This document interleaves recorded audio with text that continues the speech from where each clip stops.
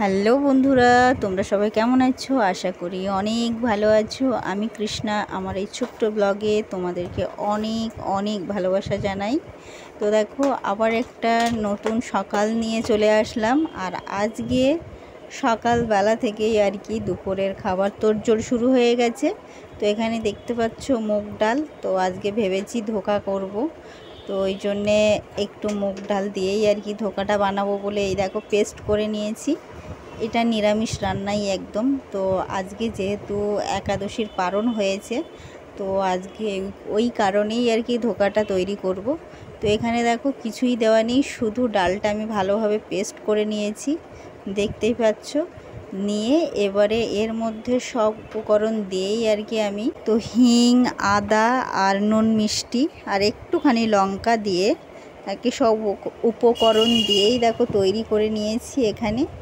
তো এখন দেখো এটা আমি একটা থালার মধ্যে তেল দিয়েই এটা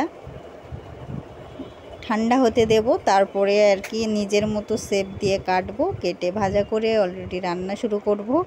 তো কেমন লাগলো আজকের ব্লগটা তো তোমরা অবশ্যই কমেন্টে জানিও। আর যারা যারা এরকমভাবে মুগ ডালের ধোকা এখনও খাওনি তো ট্রাই করতে পারো, অসাধারণ লাগে কিন্তু। বিশেষ করে তো এটা ডালের সঙ্গে ভেজেও ভালোই লাগে, খুবই ভালো লাগে। তো খেয়ে দেখতে পারো। তো দেখো, সাধারণত কিন্তু ছোলার ডাল দিয়েই বেশিরভাগ করা হয় প্রত্যেকের বাড়িতে, এটা আমরা সবাই জানি। কিন্তু মুগ ডাল দিয়ে অনেক সময় কিন্তু আমরা অনেকেই জানি না ধোকা বানাতে। তো আমি এটা ফার্স্ট টাইম আর কি ট্রাই করলাম। তো দেখো কত সুন্দর হয়েছে দেখো। আর এটা আমি এখন হাত দিয়ে এরকমভাবে চেপে চেপে নিয়ে নেব সুন্দরভাবে আর কি, যাতে আমার যখন আমি আকারটা আমি দেব কাটবো আর কি, তখন কিন্তু দারুণ হয়ে যাবে একদম। তো ওই জন্যে আর কি দেখো এটা এরকমভাবে সুন্দরভাবে চেপে চেপে যতটা চাপা যায় আর কি, তো সুন্দর করে এরকমভাবে শুকাতে দেব। বিশেষ করে ফ্যানের তলায় রাখবো এখন, তো ঠান্ডাও হয়ে যাবে আর এমনি টাইট হয়ে যাবে। তো তখন কিন্তু আমি একদম কেটে নেব, নিয়েই আর কি ভাজাটা তৈরি হবে। তো দেখো কত সুন্দর লাগছে দেখো। তো হাত দিয়ে পাচ্ছিলাম না, তো ওই জন্যে দেখো, আর গরমও আছে বুঝতেই পারছো। তো ওই জন্যে আবার আমি খুন্তিটা দিয়েই আর কি করছি, যাতে দেখতেও ভালো লাগবে।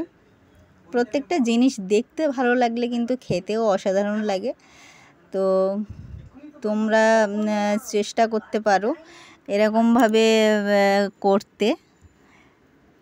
তো আমি কিন্তু ফার্স্ট টাইম করেছি আর খেতেও কিন্তু অসাধারণ লেগেছে। তো তোমাদের সঙ্গে ওই কারণেই আর কি এই সবুজ ডালটা আমি শেয়ার করলাম, ধোকা। তো এটা তড়কা ডাল অনেকেই বলে, আবার অনেকেই বলে মুগ ডাল কিন্তু খোসা সমেত আর কি। তো যে যার মতো সেটা আর কি বলো। তো দেখো কেমন লাগছে সেটা কিন্তু অবশ্যই জানিও। তো এখানেই আমার ব্লগটা শেষ করলাম। টাটা, বাই বাই, ভালো থেকো, সুস্থ থেকো।